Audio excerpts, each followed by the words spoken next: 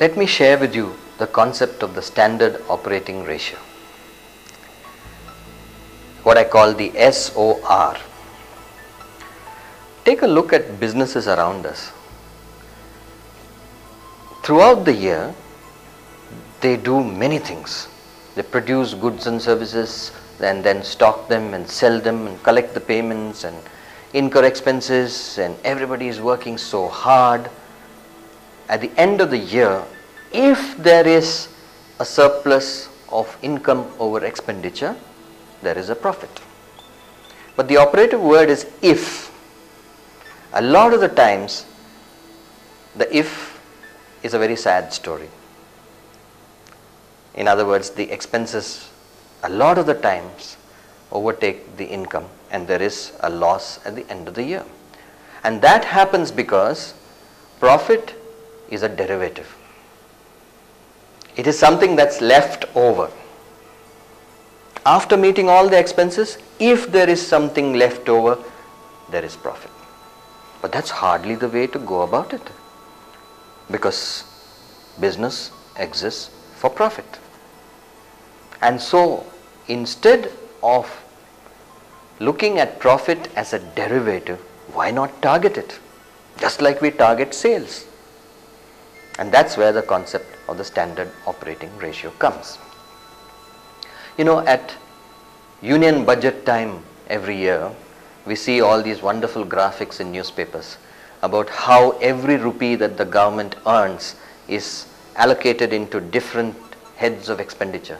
A beautiful pie chart.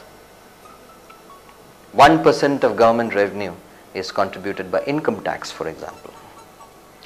In the same way, if we do a beautiful pie chart for every rupee that comes into a business, perhaps we'll have 3 or 4 categories. Every rupee that comes into the business can be split into the following parts. 1, cost of goods or raw materials.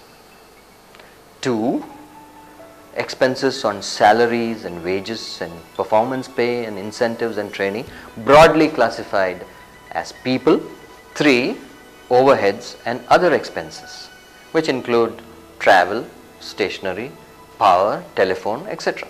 All items coming under the category of expenses. And 4, perhaps the most important, profit. Now, suppose we are able to turn around the entire business and say that the business exists only for profit. Therefore, we will target profit. What would we then do?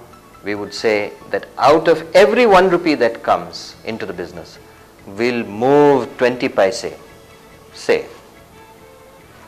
20% into a profit account, and we won't touch it. We'll move it into a separate account without a checkbook, and we'll simply not draw any of that money till the end of the year.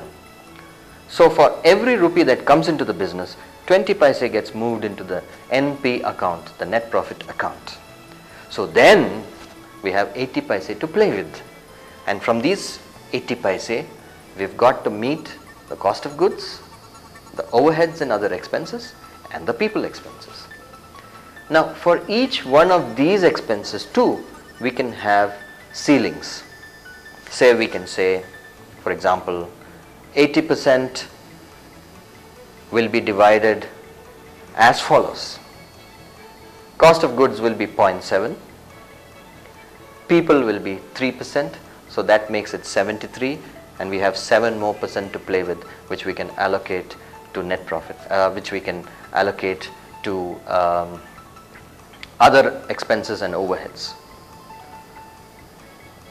And if expenses go beyond the 7%, if cost of goods go beyond 70, and if people goes beyond 3%, we'll simply not incur those expenses. We'll have a cap on each one of these expenses.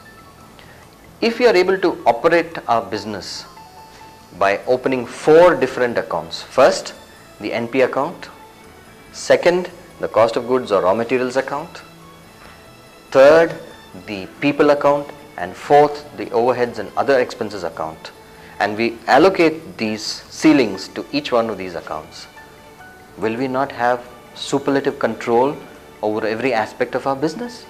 Of course we will. Without realizing it, on a day-to-day, minute-to-minute basis, our NP account balance swells and our expenses are going to be under tight control. And at the end of the year, we'll wake up and find that our NP account has posted a very healthy balance. And at the end of the year, we can then decide how we can allocate the profit. Do we want to invest more in the business, provide more infrastructure, open new branches, bring in new technology, or whatever? And the difference in this method of operation is that we have targeted profit, whereas profit earlier used to be a derivative, and that is the concept of the standard operating ratio.